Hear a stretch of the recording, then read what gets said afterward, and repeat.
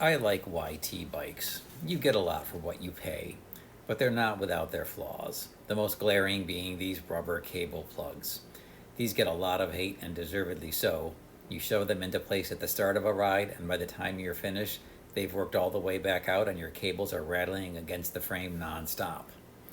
This wasn't really acceptable to me, especially for a bike that cost several $1,000s, so I put a little thought into it and came up with a way to set them at least semi-permanently. Step one is to pull the plug out, if it already isn't, and do a general cleanup with some alcohol on a rag. You don't need to go crazy here. Just clear away any grit on the frame and the cable. Step two is to place the plug. You don't need any special tools, and I found that using a fingernail or thumbnail was a good way to press the plug into place. Just be careful and don't tear the plug. When you're ready, give everything a generous squirt of rubbing alcohol. Plug, cable, and frame. The alcohol is slippery and will allow the plug to slide into place. Most bikes now have the cables anchored at some place on the frame, so you don't want to tug back and forth on the cable, pulling it in and out of the frame, but definitely wiggle the cable around a little bit to help seat the plug. You should be able to get the plug much deeper into the frame than even the factory assemblers.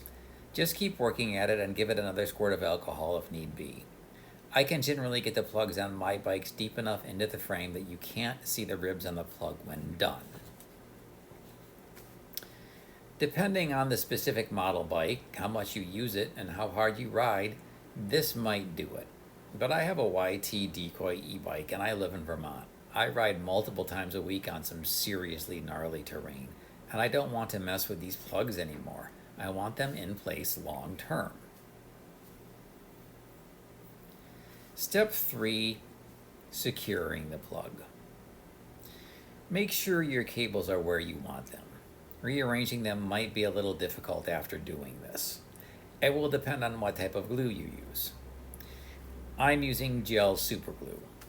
Whatever you decide to use, and it could be epoxy or hot glue or something else, make sure it's thick. You don't want a thin glue that's going to run down the cable into the frame. And just to clarify, what I'm doing is gluing the inside of the plug to the outside of the cable housing. I'm not gluing the plug to the frame. Grab a pick or a toothpick, a really small screwdriver, an Allen wrench, or something similar and use it to pry open the top of the installed plug. Again, be gentle, you don't want to tear the plug. Then just drop a tiny bit of glue in between the plug and the cable and remove the pick. Depending on the type of glue you used, you might want to wipe away any that squeezes out with a rag and some solvent. You might also be able to just let it harden and then flake it away if need be. I've been riding for a few weeks now having done this, and haven't had to mess with the cable plugs in my bike once. It's endured dust, dirt, a whole lot of mud, and then being washed and ridden again in the same conditions. Problem solved.